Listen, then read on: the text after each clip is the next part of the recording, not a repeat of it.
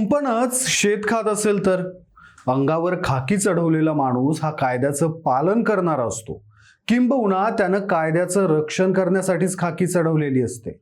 मात्र तोच जर अंगात खाकी घालून त्या खाकीच्या जोरावर कायदा धाब्यावर बसवत असेल तर आजवर पोलिसांच्या लाचलुचपतच्या जाळात अडकण्याच्या तुम्ही अनेक घटना पाहिल्या असतील. कर्तव्यात कसूर केलं म्हणून अनेक पोलीस अधिकारी टीकेचे धनी झाल्याचं पाहिलं असेल.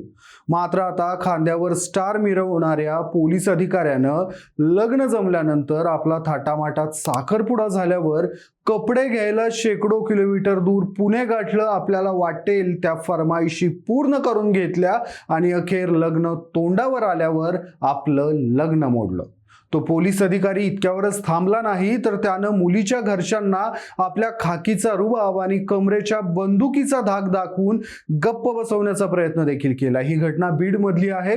बीडमधील एका PSIनं आपला साखरपुडा झाल्यानंतर लग्न तोंडावर आलेलं असताना, पत्रिका वाटून झालेल्या असताना आपलं लग्न मोडलंय.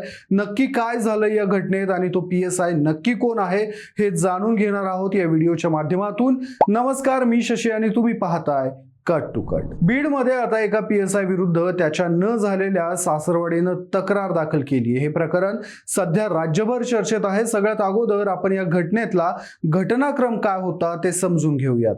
पोलीस उपनिरीक्षक पदावर कार्यरत असणाऱ्या चकलंबा येथील पवन निंबाळकर नावाच्या तरुण पोलीस अधिकाऱ्याचं जवळच्याच मनोज जरांगे पाटील यांचं मूळ गाव असणाऱ्या मातोरी इथल्या जरांगे आडनाव असणाऱ्या एका तरुणीसोबत बघण्याचा कार्यक्रम झाला होता. मुलानं मुलीला आणि मुलाला पसंत केलं होतं. यासाठी मुलीकडच्यांनी मुलाच्या घरच्यांना आणि पवनला विचारलं देखील सुरुवातीला, तुम्हाला मुलीला काही विचारायचं आहे का, काही शंका आहे का. मात्र पवननं सर्व ठीक आहे, मान्य आहे असं सांगितलं आणि त्यानंतर पवन आणि संबंधित मुलीचा साखरपुडा झाला. साखरपुडा झाल्यानंतर लग्नाची तारीख काढली गेली 21 मे.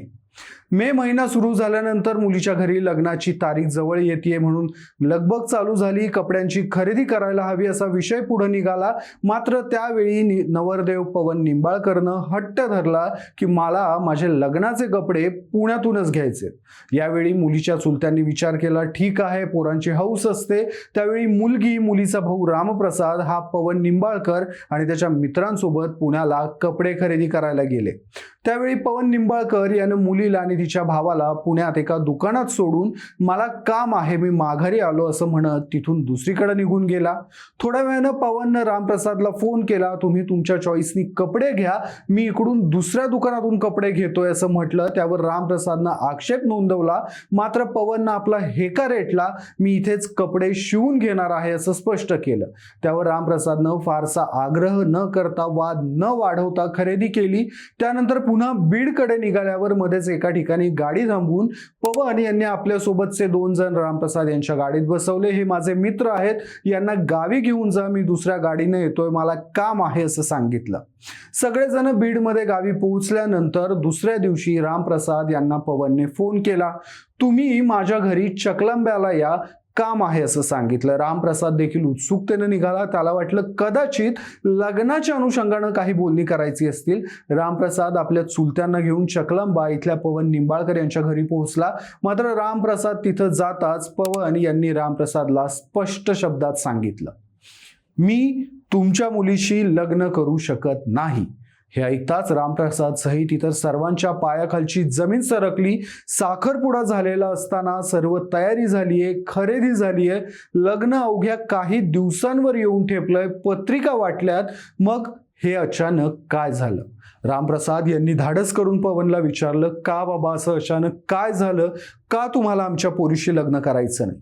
पवन म्हणाला, तुमची पोरगी खेड्यातली आहे, गावंढळ आहे, मला ही पोरगी शोभत नाही, मला माझ्या प्रोफेशननुसार सूट होणारी पोरगी हवी आहे. यावर रामप्रसाद सहित इतर मुलीच्या कुटुंबियांनी आक्षेप नोंदवला, तुम्ही हे लग्न ठरवण्याच्या वेळी हा विचार केला नव्हता का? आम्ही तुम्हाला विचारलेलं, तुम्हाला मुलगी पसंत आहे का, तुम्हाला काही शंका आहेत का? त्यावेळी तुम्ही नाही म्हटला.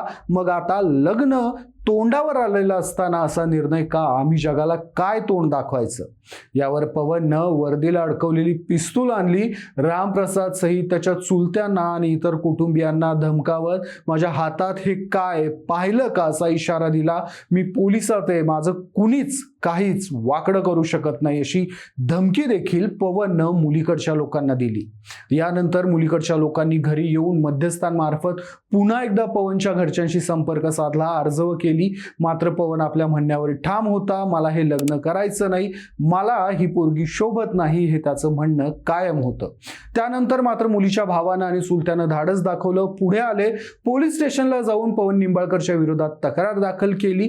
त्यानंतर पवन निंबाळकरनं देखील मुलीच्या कुटुंबियांच्या विरोधात तक्रार दाखल केली आणि त्याला कारण दिलं, मुलीच्या घरच्यांनी मुलीबद्दलची माहिती माझ्यापासून लपवली. या घटनेनंतर त्या मुलीच्या शेजारच्यांनी दिलेली प्रतिक्रिया खूप बोलकी होती. त्या म्हणाल्या, या गावात पवनच्या वडिलांची भाची आहे, तिच्याकडून पवनच्या आई वडिलांना या मुलीचं स्थळ समजलं असावं. पवनचे आई वडील या मुलीच्या घरी सकाळी 10 वाजता आले होते, ते संध्याकाळी 4 वाजेपर्यंत बसून होते, कारण मुलीच्या घरचे आपली ऐपत नाही म्हणून या संबंधांना फारसे उत्सुक नव्हते.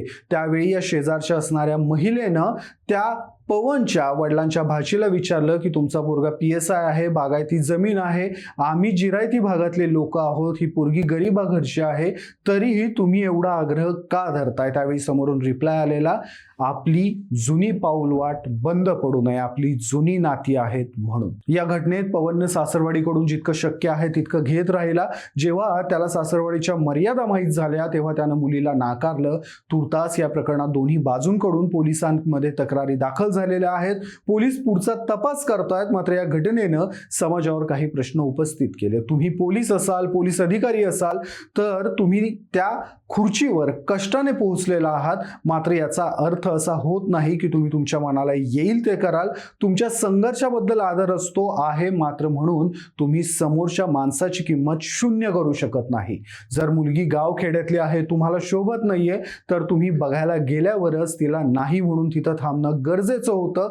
साखरपुडा झाल्यानंतर, पत्रिका वाटल्यानंतर, सगळी खरेदी झाल्यानंतर, लग्न तोंडावर आल्यानंतर तुम्हाला जर लक्षात येत असेल की ही पोरगी आपल्याला शोभत नाही, तर ही गोष्ट चुकीची आहे. सोबतच काही माध्यमांनी दिलेल्या वृत्तानुसार पवन निंबाळकर यांनी लग्नात आणखीनही बऱ्याचशा गोष्टींची मागणी केलेली, जी मुलीच्या चुलत्यानं आणि इतर कुटुंबियांनी उसनवारी करून का होईना पूर्ण करण्याचा प्रयत्न केला. यावरून या घटनेत पवन निंबाळकर जितके दोषी आहेत, तितकीच चूक या मुलीच्या घरच्यांची देखील आहे. समोरचा व्यक्ती लोभी आहे हे लक्षात येत असताना फक्त जर पदासाठी तुम्ही ती गोष्ट दुर्लक्षित करत असाल, तर त्याची मोठी किंमत तुम्हाला भविष्यात मोजावी लागू शकते. वैष्णवी हगवणे प्रकरण अजूनही महाराष्ट्र विसरलेला नाहीये.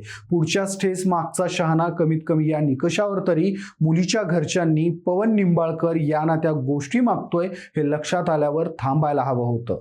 आता मुलीच्या भावानं आणि वडिलांनं माध्यमांसमोर न्याय मागितलाय. सोबत पवनवर कायदेशीर कार्यवाही व्हावी अशी देखील मागणी केली आहे. तुर्तास तुमची या घटनेवर काय मत आहेत? कायद्याच्या रक्षकांनीच असं वागायचं म्हटल्यावर ड्युटी करण्यासाठी पुरवल्या गेलेल्या बंदुकीच्या जोरावर सर्वसामान्य नागरिकांना जर धमकवायचं म्हटलं तर सर्वसामान्यांनी कुणाकडे पाहायचं? या प्रकरणी गृह विभाग आता पवन निंबाळकरवर काय ऍक्शन घेतं हे पाहायला हवं.